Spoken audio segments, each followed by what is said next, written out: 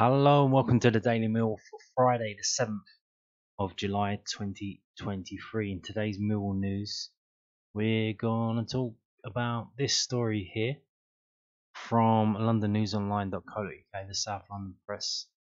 This is an online website. David Forde's moving tribute to Millwall owner John Berylson, a cigar-smoking, strong-willed mentor who bonded Millwall elements together. John Berylson's impact as Millwall owner was huge, and David Forde's recollections of the American who passed away on Tuesday show the bond they formed. So many of the players who passed through the den door during Berylson's reign simply called him Mr. Chairman. All of them have tales which reflect the fact that the 70-year-old from Boston struck up strong connections, whether they were a Lions legend or one that never managed to scale the heights. Berylson would celebrate the club's successes with a cigar. Forde joined him in doing so after Millwall's 2010 League One playoff final win at Wembley, and also when they clinched Championship survival in 2014. Forde stopped talking midway through his first answer, apologising for getting emotional at the mention of that latter image. We had many cigars together, especially when we won at Wembley Stadium, said the former Republic of Ireland international 43. We were absolutely elated, over the moon, after the heartbreaking year before, losing to Scunthorpe. We came back and did something really extraordinary, our first win at Wembley for the club. And there was John's enthusiasm, desire and passion and love for Millwall. We went down to the new Wembley and there were like 55,000 Millwall fans, the highest attendance from a club. I remember him coming into the changing room a year before. As a Marine, he loved their mantra, improvise, adapt and overcome. And he said, look, we're in the trenches, we'll do it again next year. And he came down after we won. He gave me such a big hug on the pitch and he said, geez, we did it. A year earlier I'd said if we would, we'd crack open the champagne and the cigars next season. And he didn't forget that. He pulled 2 Cubans out of his pocket and we just lit them up. Security came in and said, geez, you're going to burn the place down. And John just turned around and said, oh, I don't care. Hey, if it happens, I'll build it newer, bigger and stronger. And we just started laughing and it was a really, really special moment. He was a mentor when times were difficult. I can't remember who we played, but my form and confidence were lower than a snake's belly. I was thinking, I'm going to get nailed by the fans again. He came into the changing room and he started talking about his netminder and goaltender. We were in stitches trying not to laugh. He'll be using all kinds of American sports descriptions. He loved the art of goalkeeping and he was very fascinated by it. Plus my connection being Irish, his wife Amy had an Irish connection. He asked where the name Forde came from, and I told him it was Irish, and he started talking about his Norwegian descent, and asked if I knew if there was a place out there called Forde, and we got chatting about that. And I'd gone in the toilet before the game, I was a bit nervous, and I was washing my hands. And he must have seen me, and very subtly, not in sight of anyone else, he followed me into the back room, and he put his arm around my shoulder and said, you're my number one. There's a reason we brought you to the club. You're a fantastic keeper. Your confidence might be a little bit low, but I believe in you. Get out on that field and show what I know you can do. And I must have grown like 10 feet tall. I went out and I had one of the best games I've ever played. Forde left the Lions in 2017 after 339 appearances. Berylson invited him back to the club to have dinner with him. It meant so much to me, said Galway-born Forde. The contracts that we did sign and signing for the club over that 9-year period, and what he did for me personally, what he did for my family, and what he did for me professionally, means I have gratitude and appreciation. When I speak about him, it's why I definitely feel it in my heart. I feel that level of grief. We'll speak every month for 6 weeks. On Tuesday morning after my medication, I sat outside having a cup of coffee because it was sunny, and John popped into my mind. I thought I must ring him, but then I went to Dad's football up in the cages, and I got a message afterwards from a friend. I looked and it was black and white. Is it a Twitter post by Millwall? Initially I thought it was Zion Fleming getting his move to Burnley or whatever. I found it very hard to take in. He used to say his family line lived until they were nearly 100. He was a great philanthropist. He was a great philosopher, a great politician, fantastic businessman. Beautiful soul and a beautiful person. It's been a different perception of what we'd been seeing. Berylson, whose investment in Millwall surpassed £100 million, is survived by wife Amy and his children Jennifer, James and Elizabeth. His big thing was about his family and how much they meant to him, said Forde. How proud he was of his nation. Whatever his belief was, he brought that to the situation, whether it was right, wrong, or indifferent, he owned that part of himself. Oftentimes we'd catch up about how business was going, and the next thing he'll be telling me about Irish, American, and British politics. And I said to him once, I said, John, you're my best history teacher. He was an avid scholar. He was a keen golfer and he loved his sport. He loved the Boston Celtics and the Boston Red Sox. He felt Boston's energy was very similar to Millwall's. We fear no foe, and that they were always on the periphery, on the outside. I think that's why he connected so fondly. There were a lot of parallels in what he was seeing in Boston to what Millwall represented. And I got to see the structures that he implemented over 15 years. With such a safe and strong foundation, he was building to get Millwall to that place. Forde was at the final match of last season, a 4-3 defeat to Blackburn Rovers that ended their playoff hopes, and Berylson walked around clapping supporters. Everyone was so stricken, and you can only imagine what John was feeling, as he was so close to getting to the promised land of the Premier League, said Forde. I do believe Millwall will get there one day. Unfortunately, John won't be at the helm, but what he has put in place, I like the work on the training ground. It was done in a very strategic and innovative way. He was always concerned that we're going to do this right and not just throw everything at it and struggle for years afterwards. We bounced around trying to establish ourselves as a championship club, and we were yo-yoing between there and League One. Then he consolidated that, and what he and the manager have done over the past couple of seasons has been beautiful to watch. As an ex-player, I look at Millwall as my club, and we've always had that sense of family with the players, the directors, and with the board. Tributes from former Lions. So that was the interview with David Forde. I think that was like a long piece that was in the South London Press's Friday edition. They now have they've collected various quotes from people. This one is from Steve Kavanagh. John was without doubt whatsoever the best club owner I ever worked with, and I would argue strongly that he was the best chairman of any club in this country. What he did for Millwall over so many years was both extraordinary and exemplary. He trusted his staff to get on with the task at hand, but was always unwavering in his support in so many ways.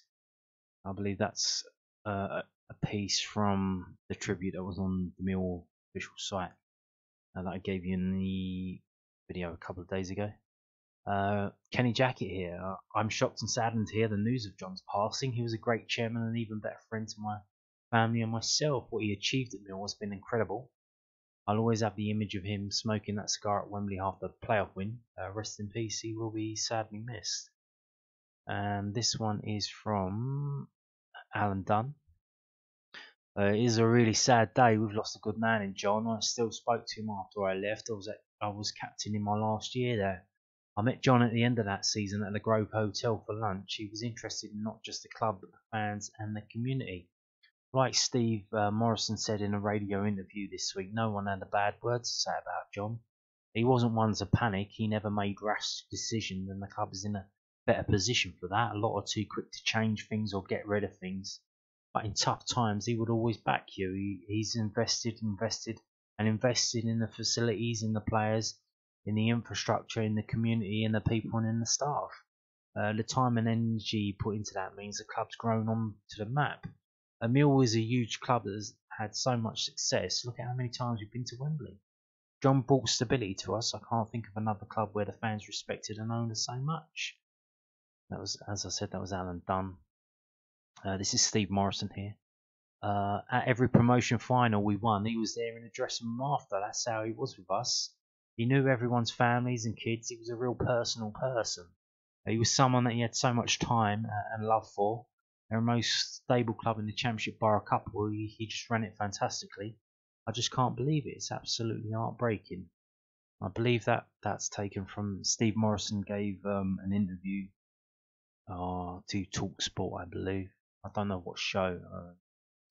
And this one's from Sean Williams. Every time I ever saw him, he greeted everyone individually. He was such a warm character. He always had a smile on his face. He had time for absolutely everybody. You knew when he was in the room because he had a presence about him. He's going to be a big loss to the club and everyone that knew him. I'm still in shock. Every time I spoke to him, you just knew you were in good hands and he would always have a story to tell you. And Danny Sender here, such a kind, warm, caring man. I'll never forget how he treated me after 2 serious injuries in my time at Millwall. Rest in peace, Mr. Chairman. So there you go. David Forde there and others. Moving on to this from southwarknews.co.uk. Everything going forward will be for him. Millwall Sav, George Saville, the latest player to pay tribute to John Berylson. George Saville is the latest Millwall player to pay tribute to owner John Berylson after Sean Hutchinson's poignant interview yesterday. Saville also spoke warmly about Berylson after his passing on Tuesday. Millwall are into the penultimate day of work at their training camp in Alicante. The players and staff formed a circle on one of the training pitches yesterday to observe a minute's silence. They will fly home on Saturday, and the players and staff will go to the Den on Monday for another tribute. After that, the preparations will begin for the first pre-season friendly against Gillingham on Saturday. There is more poignancy in the fact that it's against the Neil Harris team. And I believe Neil Harris went down to the ground maybe today, Friday, I believe. An amazing owner, but more importantly, an amazing man, Saville said in a message on Mill's Twitter. The club wouldn't be where it is today without his dedication and support. A thank you doesn't seem enough, but everything going forward will be for him. Sending all my love to Mr. Chairman's family, friends, as well as everyone connected past and present to Millwall Football Club. Rest in peace, Mr. Chairman. There you go, that's what they called him, Mr. Chairman.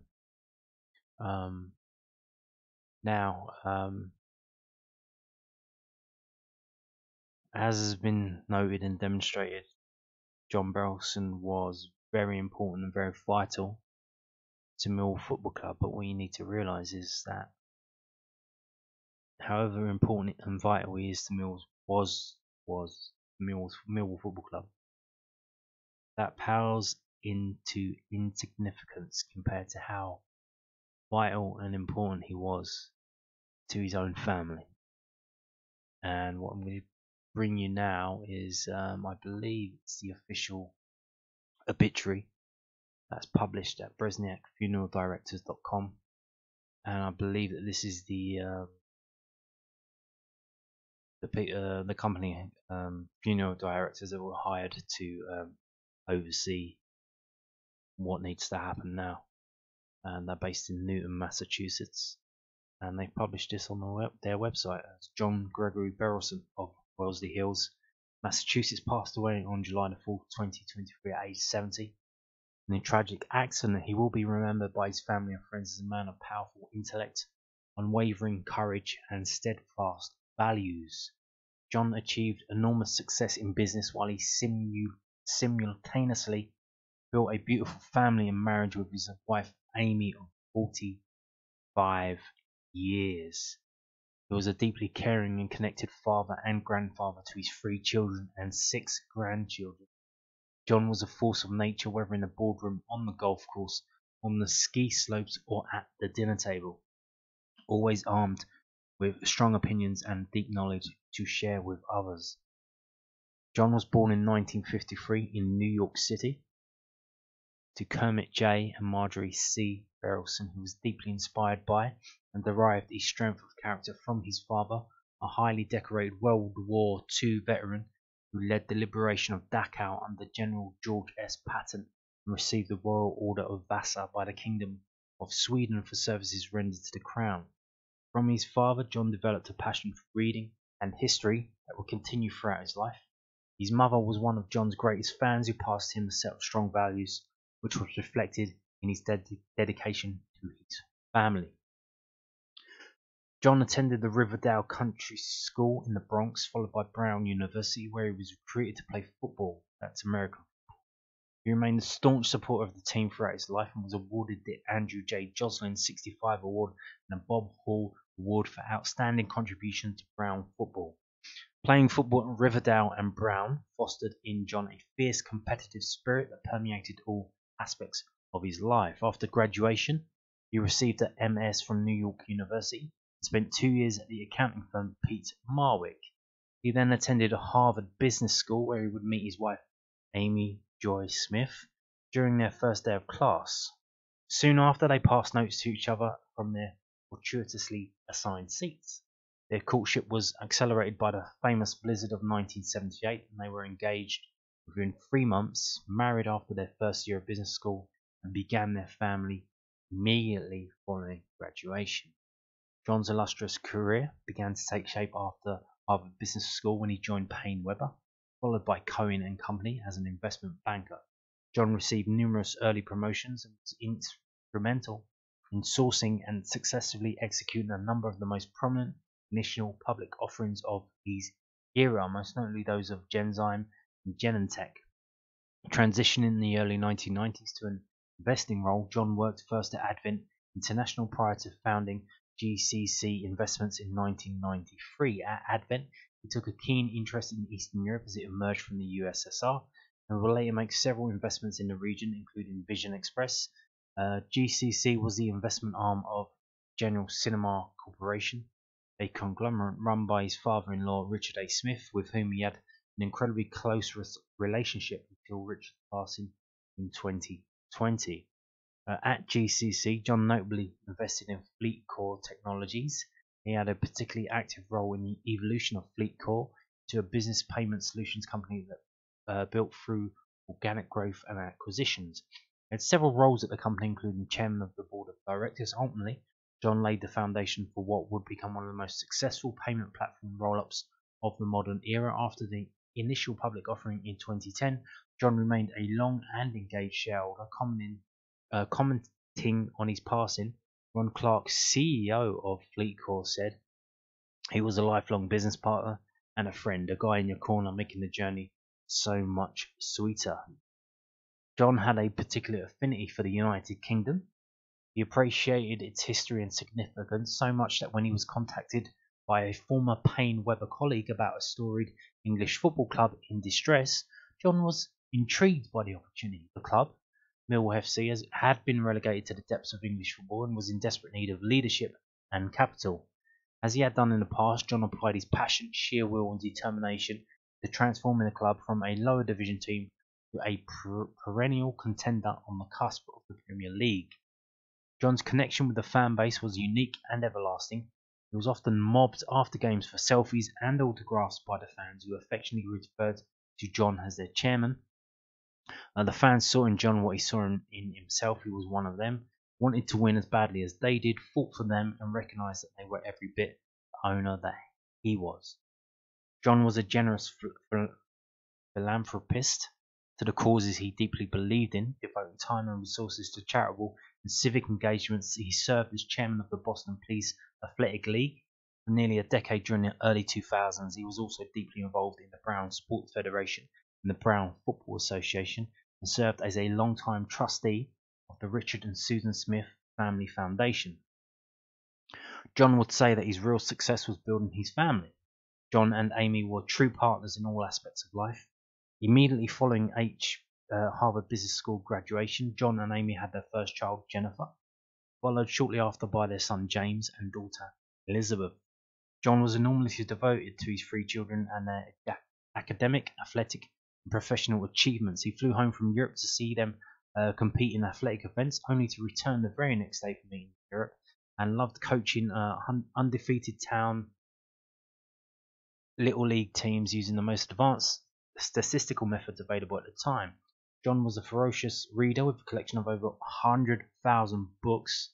He recently won the 2023 International Thriller Writers Fan of the Year award, and he was passionate about accumulating knowledge about everything from current events to events of 3,000 years ago. John was a student of history, always with a book in his hand, and he cared deeply about imparting his accumulated knowledge to his children and grandchildren. In John's later years, his grandchildren brought him true joy. He would spend as much time as possible with them, often including them in his favourite activities, whether it be skiing in Killington, Vermont, or playing golf near their family's home in Cape Cod. He also revelled in taking his grandchildren out for ice cream or teaching them chess. He would spend countless hours scouring the shelves of Barnes and Nobles for the latest Legos to build with them. Papa John was beloved by many of his children and grandchildren's friends for his legendary stories and continuous presence. He is survived and lovingly remembered by his wife of 45 years, Amy Smith Berylson, their children Jennifer Berylson Block and husband Jonathan Block, James T. Berylson, Elizabeth Berylson Katz and husband Robert Katz. His 6 grandchildren, Benjamin, Zachariah and Alexander Block, Thomas, Sarah and William Katz. His sister Jane Fletcher and husband Stephen Fletcher, his brother-in-law Robert Smith and wife Dana Smith, his sister-in-law Deborah S. Knitz and partner DJ Boss, and many adoring nieces and nephews. A private graveside funeral will be held. Shiva visiting hours at his home in Wellesley Hills will be held on Monday, July the 10th, Tuesday, July the 11th, and Wednesday, July the 12th from 2 to 5 p.m. In lieu of flowers, donations may be made to the Berylson Family Research Fund at Dana-Farber Cancer Institute, P.O. Box 849168, Boston, Massachusetts 02284, or at the website danafarber.jimmyfund.org/go/John Berylson. And there you go. And that is from BresniakFuneralDirectors.com.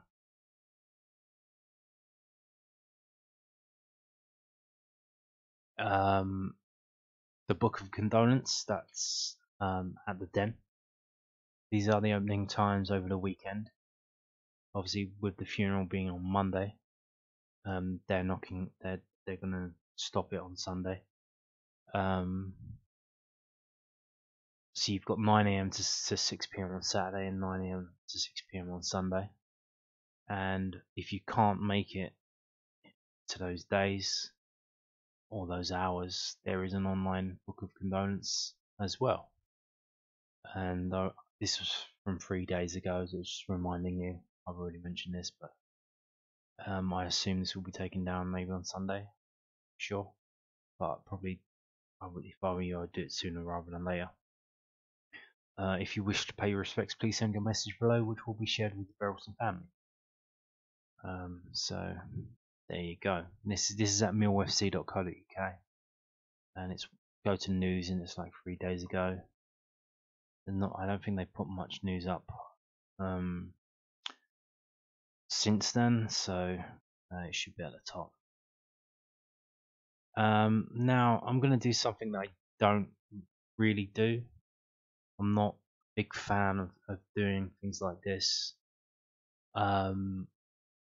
Basically other people's content, other organisations' content, using it in the videos. Partly because obviously you can get copyright claim, copyright strike and stuff like that. They can get your videos taken down. I hope in the circumstances they don't do that. But Steve Kavanagh was on BBC London, on the London Sports Show, and he gave an interview to speak about the situation and John Berylson. I'm just going to play it now. This is from bbc.co.uk, Sounds, on the Sounds app. I think if you want to listen to it, you can go on there and search Millwall, and it should come up, because Millwall, the word Millwall is in the description there, and it's available for over a year. So it's 15 minutes long, and we're just going to close out the video with this. So like I said, I hope they don't copyright claim, but here we go. You don't expect to lose anyone, and to lose someone in such tragic, sudden circumstances in that way is always very difficult. But to lose your leader, the father of the family, the head of the family, in that way, it's been devastating for us all.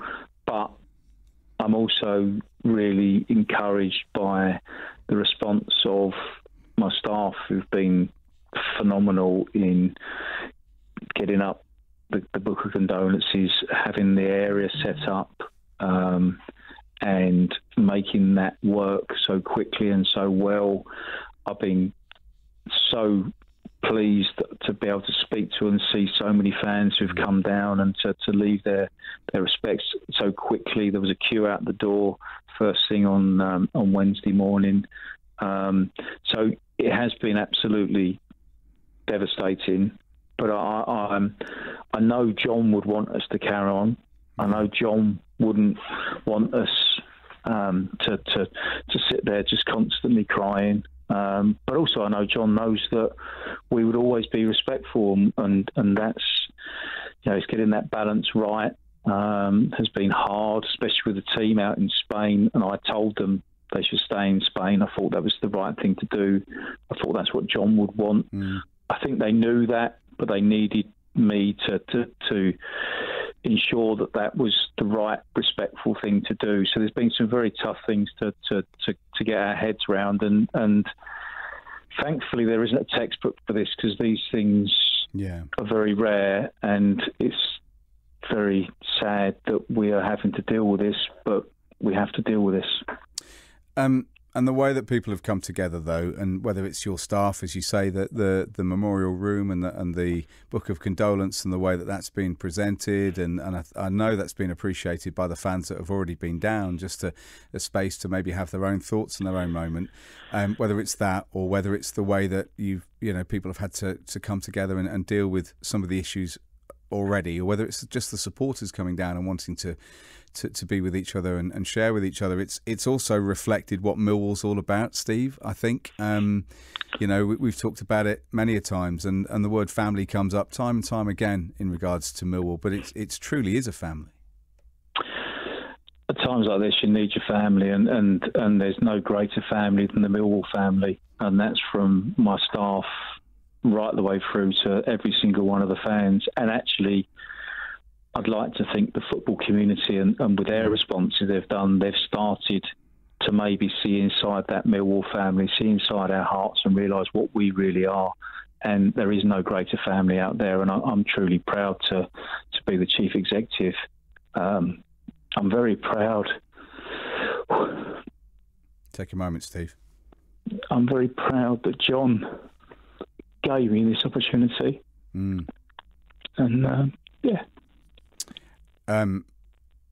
I can imagine. So we spoke to Kenny Jackett yesterday, who was, I think, John's first appointment as a chairman, as a manager as well.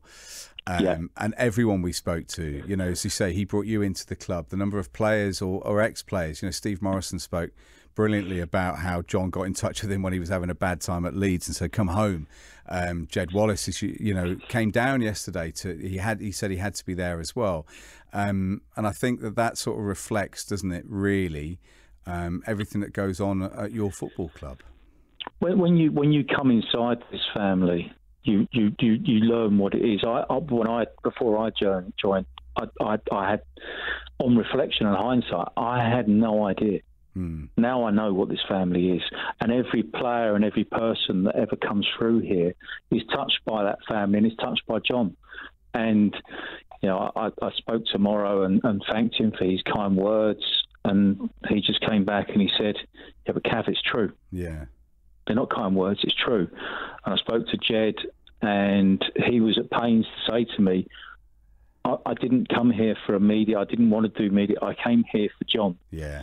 Because I spoke to him, and I've had messages from ex-players and lots of people that have been touched by John, and it's been highly emotional.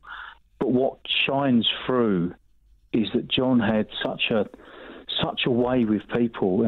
I've just been to the training ground to talk to the under-21s. We let them have yesterday off. We spoke to the lads and the staff, and there's Kofi, the cleaner over there, and Kofi came up and just was crying. And I said, "Okay, you can laugh, you can cry. We all deal with this. It doesn't matter." He said, "But he had time for me." Yeah. I said, "Yeah, that's John. John was someone that just stopped and spoke to everybody. As a little kid, he'd pick him up and put him on his shoulders, much to my horror at times, by the way." But he found time for every single person, and even if you've never spoken to John, you and we're just in his presence, he was someone that was just adored, and I thought, I know he knew that, but he was adored, and he was a very special man. Yeah, That's the message that comes from, and I think the fans appreciate everything that he did. In a quiet way, really, in many respects, Steve. Is that a fair assessment? He wasn't, he didn't go out. He wasn't overly showy, but he was a man of the people. He never sought the limelight.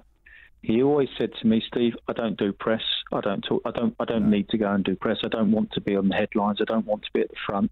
He said, he said, at difficult times, he said to me, put me out there. I said, no, John, I don't need you to do that. I will take this. I don't want you to take the hit for me. He said, no. So he'd always be there for you, but he made a point of never wanting that limelight.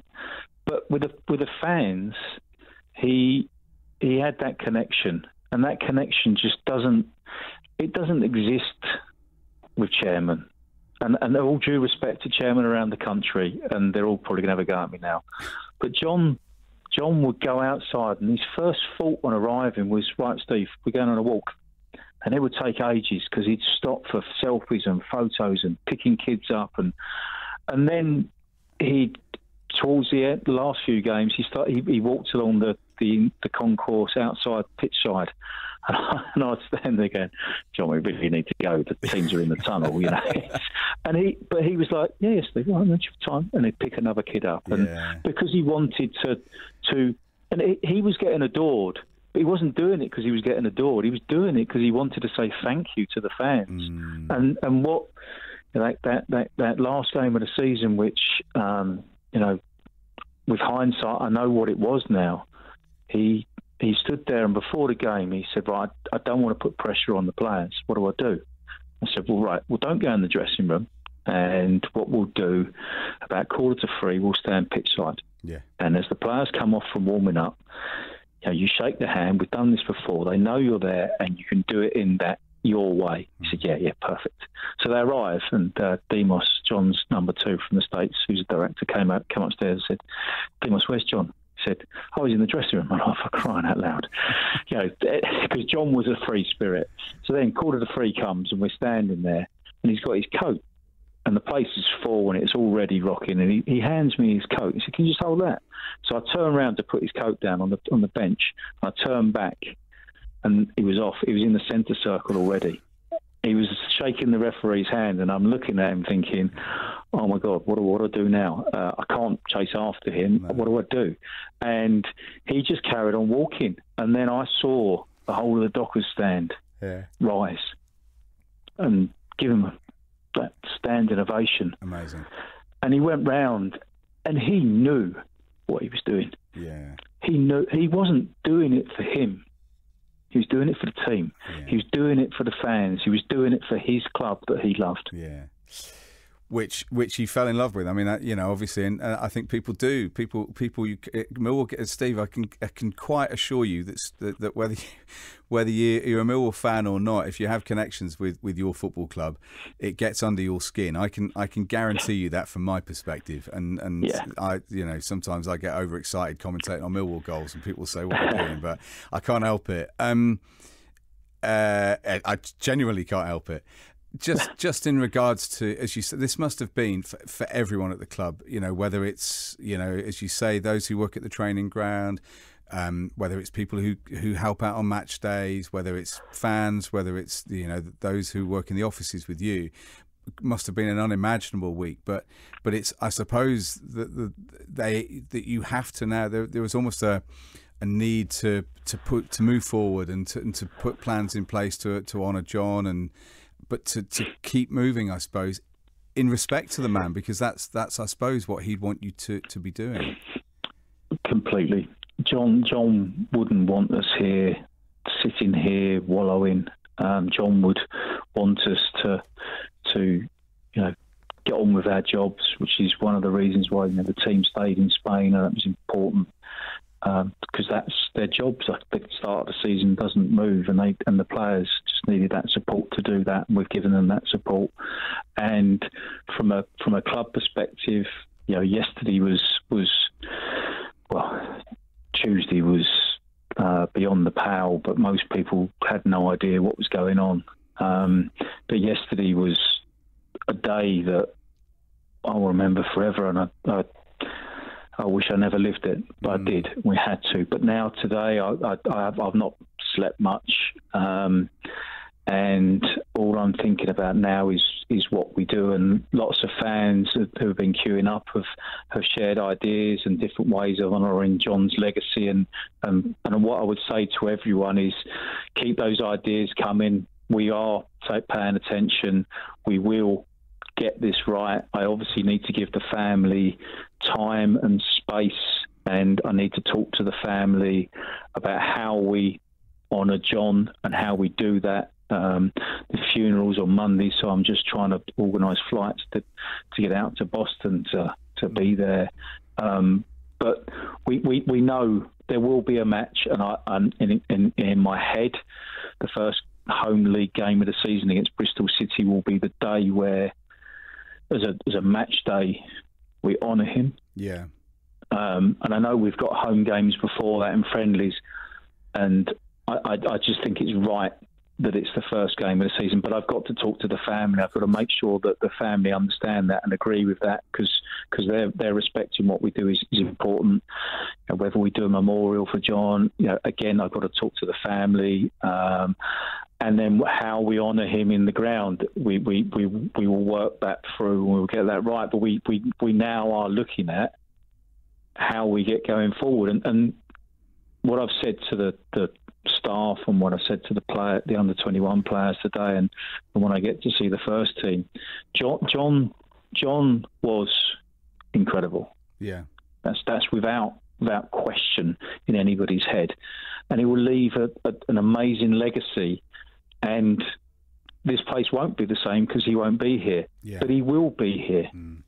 He'll be in our hearts and he will be around here. And what we now need to do, and this is everybody in the Millwall family, is remember him, put him in our hearts, be inspired by that, and inspire this club to use what he's given us and this opportunity to take this club on to the next level, so that he can look at us and be proud.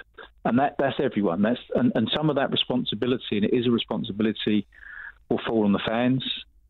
Some of it will fall on the staff. A lot of it will fall on a few people's shoulders, and we're going to need your help and your support to make sure that we go through this. And there's going to be tough days. There's going to be days when the fans will be like, "Oh, if only John was here." But remember, we all did this with John, and don't break. Hold together as a family, which I know they will, and we will do everything we can to honour that man and make sure we carry on his work. John was a model owner of football, and the football world has risen to John. Yeah. And I want the football world to stop and actually look at what John was, study it, look at it. And if you own a club or run a club, or you're a fan of another club, challenge yourselves to have John Berylson. Challenge yourself, because he was perfect. There you go. That was Millwall CEO Steve Kavanagh talking to BBC London's The London Sports Show. And on that note, thank you for watching, and goodbye.